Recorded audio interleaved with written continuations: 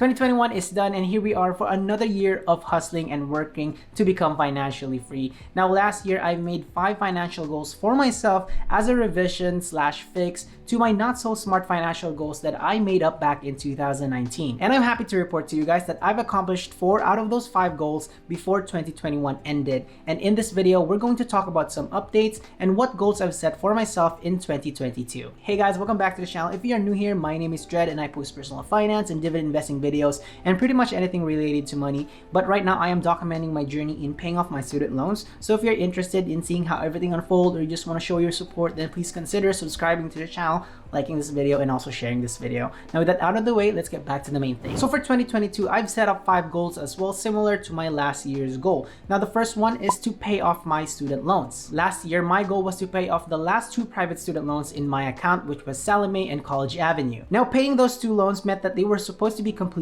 around February of 2022, and I'm very happy to say that those 2 private student loans are now gone from my list. Plus, 2 more federal student loans got paid off during that year, so that basically brings our count to 4 student loans paid off in just 2021. Right now, I still have 2 federal student loans in my Ed Financial account, which is Group A and Group C, and combined they have a total amount of $8,898.91 as of my last update. So make sure to check my student loan number 28 to see the full breakdown of those entire loans. My goal this year is to finish those 2 student loans so that I can double down on my other financial goals come 2023. Just thinking about the moment where I finally pay off my student loans, it makes me very excited because I'm already thinking of what else I can do and what else I can achieve by next year. The second financial goal in 2022 is to build my sinking funds. So I started building my sinking fund around the middle of 2021 and I was obviously late to the game. I started to build a sinking fund for my PC upgrades and a travel sinking fund to use later that year. Now I was able to save up for our Hawaii travel, but I ended up catching up on some other things such as our winter travel and some holiday gifts. I was not fully prepared for these expenses because I had little time to save and plan for them. Creating my sinking funds was quite spontaneous in 2021, so they weren't really included in my goals. But now that's totally going to be different. It's going to change. Now that I recognize the problem, this is why I added building a sinking fund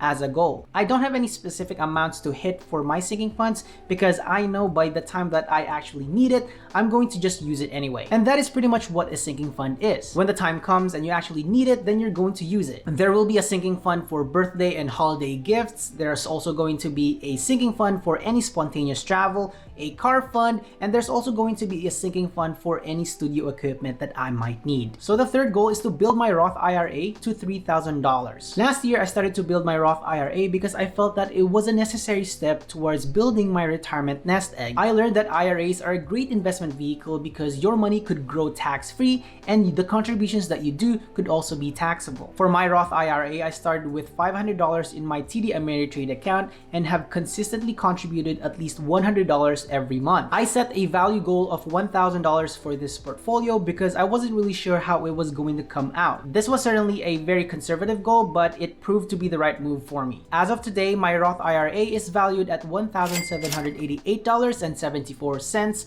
and for 2022, I'm increasing my goal to get that value to more than $3,000, and I'm also going to increase my monthly contributions from $100 to at least $150. Even though I'm going to be far behind my max contributions for this year, which is at $6,000, I believe this is a great stepping stone for me to start growing my retirement account. It's a very manageable commitment that doesn't make me dip into money that is set aside already for other things. The fourth goal for 2022 is to bring my dividend portfolio's value to $10,000. So my dividend portfolio is one of the sources of passive income for me ever since, even though I haven't been taking money out of it at all. What I've been doing really is just keep all the dividends that I receive and then reinvest them back to the portfolio so that I can grow those dividends every month. From earning $350 in dividends in 2020 to reaching $430 in dividends for 2021, that is the result of compound interest or compound investing. Now I intend to continue with that strategy and even grow my dividends this year. Since I've already reached my $7,000 portfolio goal, I'm going to increase that goal to $10,000, and I'm also going to increase my monthly contributions from $100 every month to $200 every month. As of this recording, my portfolio sits at a value of $8,073.86, so it shouldn't be a hard goal to achieve given that $200 will equate to $2,400